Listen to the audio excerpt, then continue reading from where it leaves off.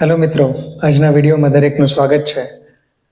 વિડીયોમાં કોઈ પણ ચર્ચા શરૂ કરીએ એ પહેલાં ડિસ્ક્લેમર બરાબર જોઈ લેવું.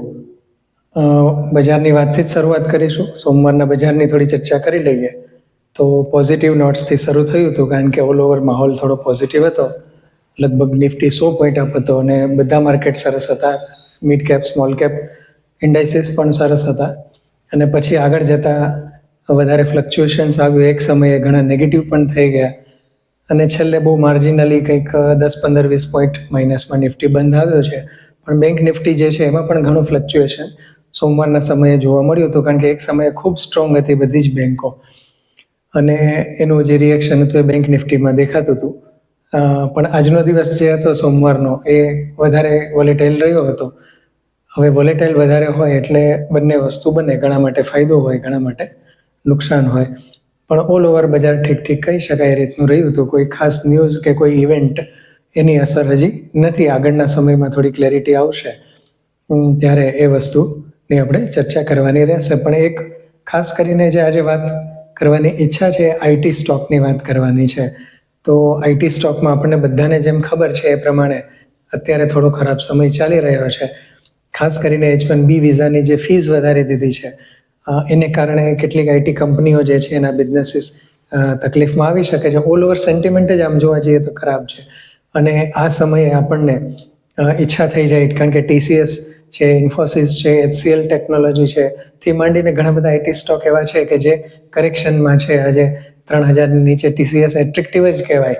પણ એ ક્યારે એટ્રેક્ટિવ કહેવાય? H1B વિઝાની ફી જો ન વધી હોત અને અમેરિકાના પ્રેસિડેન્ટનું વલણ આખું ઇન્ડિયા તરફ પોઝિટિવ હોત અને બહુ મિનિમાઇઝ કે જેમ બીજા બધા કન્ટ્રી કોઈમાં 10%, 15% ટેરિફ કરી અને બિઝનેસ ડીલ કરી નાખી છે, આ રીતનું હોત તો આઈટી સ્ટોક અત્યારે ઘણા સરસ અને ઘણા સારા એવી જગ્યાએ જોવા મળી રહ્યા છે. પણ અત્યારનું હજી આ બધું જોતા બની શકે. જોકે એક ખરું કે વેલ્યુએશન્સની દ્રષ્ટિએ અને કોઈ વિચારતું હોય આઈટીમાં એલોકેશનનું, તો સ્ટડી કરવાનો સમય શરૂ કરવાનો થઈ ગયો છે. અને બાકી સ્ટેગર્ડ મેનરમાં એનો સ્ટડી કરાય, કારણ કે આપણે રેકમેન્ડેશન કરી નથી શકવાના લેવાની વેચવાની. પણ કટકે જે કહેવાય ને, કારણ કે અત્યારે ઘટેલા ભાવ છે, પણ અહીંયાથી શું થશે? અહીંયાથી કદાચ રિકવર પણ કરી જવાની શક્યતા, પણ જે બહુ ઓછી શક્યતા મને દેખાય છે કે ખાસ રિકવરી હમણાંના સમયમાં કદાચ ન પણ આવે. થોડો સમય લે, કદાચ ભાવ વધારે અહીંયાથી ન તૂટે, પણ સમય હવે ફરીથી એમને ટ્રેક ઉપર આવવા માટે થોડો કદાચ સમય લાગી જાય. ફરીથી ક્યારે સારું એવું રિટર્ન આપીને ચાલવા માંડશે એ વસ્તુ ઉપર થોડા ક્વેશ્ચન્સ બની શકે. જોકે આમાંની કંપનીઓ એવી છે કે ચોક્કસપણે આમાંથી બહાર આવશે અને ઘણી કંપનીઓ ખૂબ સારા રિટર્ન પણ આપશે. પણ છતાંય અત્યારનો સમયે હજી કન્વિક્શન આમ 100% એલોકેશન કરવા માટેનું આઈટીમાં નથી આવતું. આ એક વસ્તુની વાત થઈ. ત્યાર પછીથી આપણે છેલ્લો જે વિડીયો હતો કે જેમાં આપણે રજાઓના દિવસોમાં તમારા પ્રશ્નોના જવાબ આપીએ છીએ, એમાં કેટલાક સ્ટોક રહી ગયા હતા અને પાર્ટ 2ની જે વાત હતી એનાથી આપણે શરૂઆત કરીએ. તો એમાં પહેલો જે સ્ટોકની ચર્ચા કરવાની છે એ છે સાધના નાઇટ્રો. આમ જોવા જઈએ તો કેટલાક ખાસ પ્રકારના કેમિકલ બનાવતી કંપની છે. બહુ પ્રોડક્ટમાં કોઈ એવું ખાસ નથી કે, પણ છતાં બી આ સ્ટેબિલાઇઝર છે કે સ્પેશિયાલિટી કેમિકલ, પરફોર્મન્સ કેમિકલ જેને કહી શકાય, એવી કેટલીક પ્રોડક્ટ છે કંપનીની કે જે સારી કહી શકાય. પણ આ કંપની ઘણી જૂની છે અને આ કંપની એ રોકાણકારોને ઘણી વખત પૈસા પણ બનાવ્યા છે અને રોવડાવ્યા પણ છે. એ રીતની કંપની છે. ભાવ 9ની આજુબાજુ ચાલે છે, પણ બુક વેલ્યુ 9 રૂપિયા છે અને 8 રૂપિયા કે 9 રૂપિયા, ટૂંકમાં બુક વેલ્યુ જેટલો જ એનો ભાવ છે. રિટર્ન રેશિયો કોઈ પણ રીતના અત્યારના સમયે પોઝિટિવ નથી લાગતો. એના જે ફાઇનાન્શિયલ્સ જોવા જઈએ, પી રેશિયો જે છે એ પણ બહુ વધારે કહેવાય એના રિટર્ન રેશિયોના પ્રમાણમાં. એટલે અને છેલ્લા ક્વાર્ટરના રિઝલ્ટમાં પણ કોઈ ખાસ વસ્તુઓ દેખાતી નથી. પ્રમોટર હોલ્ડિંગ માટે પણ કોઈ બહુ પોઝિટિવ વસ્તુ નથી. ઘટતું જાય છે પ્રમોટર હોલ્ડિંગ, અને જે કંઈ ઘટે જે છે એ બી પ્લેજ થયેલું છે. તો થોડી ફાઇનાન્શિયલ્સ અને આંકડાની દ્રષ્ટિએ, ફંડામેન્ટલ્સની દ્રષ્ટિએ કંપનીમાં કોઈ ઇન્ટરેસ્ટિંગ વસ્તુ નથી. પણ તેમ છતાં કોઈ ન્યૂઝ બેઝ છે, પ્રાઇસ મુવમેન્ટને આધારે કે એવું બની શકે. હું તમને એક ઉદાહરણ માટે વાત કરું છું, કોઈ લેવા વેચવાની ભલામણ નથી. માની લો કે કોઈ 8-9 રૂપિયાની કંપની જે અત્યારે કેમિકલ સેક્ટરની છે, સાધના નાઇટ્રો, તો કોઈ વિચાર કરીને સારી એવી ક્વોન્ટિટી મૂકી રાખે કે ભાઈ 9 રૂપિયા છે તો 1000 લઈએ તો બી શું થાય, 9000 રૂપિયા થાય, અથવા તો 2-3 હજાર લઈને મૂકી દઈએ, એમ માનીને કે કદાચ એ પૈસા આપણે એમ માની લીધું છે કે એમાંથી કશું મળવાનું નથી.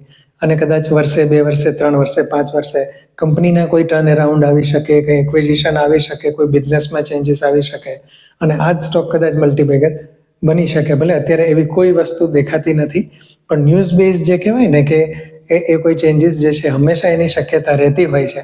પણ બને ત્યાં સુધી મારી પોતાની એવી થિયરી છે કે આ બધી વસ્તુઓમાં આવા મલ્ટીબેગર બહુ રેર કેસમાં હોય, બહુ એના એવા રોકાણકારો શેર બજારમાં ઓછા છે કે જેણે 2-3 રૂપિયામાં શેર લીધો હોય ને 3,000 રૂપિયા થયો હોય ને આ બધી વસ્તુઓ, પણ બને એની સંખ્યા બહુ ઓછી છે. એટલા બધા લકી આપણે નથી. એ પેલો SMEનો જે 200 ગણો IPO ભરાય, 300 ગણો, એમાં જેનો લાગે ને આ એના જેવી વસ્તુ થઈ. તો આમાં તો એના કરતાં રેશિયો બહુ લાંબો છે. એટલે આ એક ખાલી જે કહેવાય ને કે આપણી ઇન્વેસ્ટમેન્ટ અને રિટર્ન ફિલોસોફી માટેની એક આ વાત છે. બાકી કોઈ લેવા વેચવાની કે એવી ભલામણ નથી. અને એવું નથી કે મલ્ટીબેગર ન ગોતવા, પણ જે કહેવાય ને કે ટાઈમ ટેસ્ટેડ મલ્ટીબેગર આજે ઓલ ઓવર આપણે બજારમાં છીએ શેના માટે? તો એક રિટર્ન માટે. તો આપણે એવો સ્ટોક જોઈએ છે કે જે આપણે 10 રૂપિયામાં લીધો હોય ને 5,000 થઈ જાય, પણ છતાં બી એ વસ્તુ આપણે બહુ કહેવાય ને કે લોટરી જેવી જ વસ્તુ હોય તો આપણી પાસે બીજા ઓપ્શન્સ એવા ઘણા છે કે આપણું રોકાણ વર્ષે 20%, 30%, 40%ના રેટથી વધતું જતું હોય કમ્પાઉન્ડિંગની દ્રષ્ટિએ. કદાચ 30% કે 20%ના રેટથી બી કમ્પાઉન્ડિંગ થતું રહેતું હોય દર વર્ષે ઓન એન એવરેજ, તો પણ તમે વિચાર કરજો 5 વર્ષે તમારી મૂડી ક્યાં પહોંચે છે. એટલે અને એ પાછી પ્રમાણમાં ઘણી સેફ છે અને એ કરી શકાય એવી વસ્તુ છે. એટલા માટે બીજી કંપનીની વાત કરીએ, એ છે સનસિલ્ક કેમિકલ. આ કંપની નવી છે, એટલે નવો IPO આવ્યો છે. કંપની નવી નથી, પણ IPO ટૂંક સમય પહેલા આવ્યો છે. અને આ કંપની પણ જોગાનો જોગ પરફોર્મન્સ કેમિકલ્સ છે, કેટલાક એડિટિવ ને બધું બનાવે છે. ખાસ કરીને પરફોર્મન્સ રિલેટેડ કેમિકલ એટલે કેવા છે કે દાખલા તરીકે તમે જે બિસ્કિટ ખાતા હો તો એ બિસ્કિટનો જે ફ્રેગ્રન્સ કે બિસ્કિટને જે ફ્લેવર આપી હોય એના માટે હોય, અથવા એ બિસ્કિટનું ટેક્સચર જળવાઈ રહેતું હોય એના માટે કેટલાક કેમિકલ હોઈ શકે. તમે કોઈ શરબત પીતા હો તો એના ખાસ પ્રકારના રંગ માટે, એમાંથી ખાસ પ્રકારની ફ્રેગ્રન્સ માટેના આ બધા પરફોર્મન્સ કેમિકલ કહી શકાય. અને એ સેગમેન્ટ ઘણું સરસ છે. એમાં ખાસ કરીને ઓર્ગેનિક કેમિકલની તો ખૂબ ડિમાન્ડ છે. એમાં પરફોર્મન્સ કેમિકલની એક સારી કંપની ફાઇન ઓર્ગેનિક્સ ઘણા સમયથી મારા રડારમાં છે, પણ જ્યારે એનો ભાવ નીચો ગયો હતો ત્યારે કંપનીનું પરફોર્મન્સ કે રિટર્ન રેશિયો પણ બહુ ખડબડી ગયા હતા, એટલે વિડીયો બનાવવાનું ટાળ્યું હતું. હવે થોડો અપ થયો છે, રિકવર થયો છે, પણ તેમ છતાં રિઝલ્ટ હજી એટલા બધા કહેવાય કે ઇમ્પ્રુવમેન્ટ નથી. એટલે વોચમાં છે, પણ એવું લાગશે તો ચોક્કસ એની વાત કરીશું. પણ બ્લુ શિલ્ડ કેમિકલ જે કહી શકાય કે પ્રમાણમાં સારી કંપની છે. રિટર્ન રેશિયો સારા છે, પી રેશિયો થોડું વધારે છે. તો જેનો વધારે પી રેશિયો હોય એ કંપની થોડી કરેક્શનમાં મળે તો એટ્રેક્ટિવ કહી શકાય. છેલ્લા ક્વાર્ટરનું રિઝલ્ટ પણ ઓકે કહી શકાય એવું છે. ઇક્વિટી એના પ્રમાણમાં રિઝર્વ અને દેવાના રેશિયો પણ બરાબર છે, કોઈ તકલીફવાળી વસ્તુ નથી. પ્રમોટર હોલ્ડિંગ સારું એવું છે. અને આ એક કંપની એવી મેં જોઈ કે એમાં FIIનું હોલ્ડિંગ છેલ્લા સમયથી થોડું વધતું જાય છે, DIIનું ખાસ હોલ્ડિંગ નથી, અને બાકી પબ્લિકનું હોલ્ડિંગ છે. એટલે ઓલ ઓવર મધ્યમથી થોડી સારી કંપની બ્લુ શિલ્ડ કેમિકલ કહી શકાય. તમારી રીતે તમે એનો સ્ટડી કરી શકો છો. ત્રીજો ક્વેશ્ચન હતો મહારાષ્ટ્ર સ્કૂટરનો. તો મહારાષ્ટ્ર સ્કૂટર માટે આપણો જૂનો વિડીયો જે છે એક આપણે બધી હોલ્ડિંગ કંપનીઓ માટે બનાવ્યો હતો, જેમાં આપણે પેલાની ઇન્વેસ્ટમેન્ટ છે, ટાટા ઇન્વેસ્ટમેન્ટ છે, નાલવા સન્સ છે, બજાજ હોલ્ડિંગ છે, આ બધી જ કંપનીઓની વાત કરી હતી. કદાચ મહારાષ્ટ્ર સ્કૂટરનો પણ એમાં ઉલ્લેખ હોઈ શકે છે, પણ ટૂંકમાં મહારાષ્ટ્ર સ્કૂટર એ બજાજ ગ્રુપની હોલ્ડિંગ કંપની છે કે જેમાં બજાજ ગ્રુપની ઘણી બધી કંપનીઓમાં મહારાષ્ટ્ર સ્કૂટરનો હિસ્સો છે અને પોતાનો થોડો ઘણો બિઝનેસ છે કે જેમાં એટલું બધું ટર્નઓવર કે એવું કંઈ પ્રોફિટ નથી. પણ મેઇનલી એની જે કંપનીઓમાં હોલ્ડિંગ છે એ જ કંપનીઓ નું પરફોર્મન્સ ઉપર આ મહારાષ્ટ્ર સ્કૂટર આધાર રાખે છે.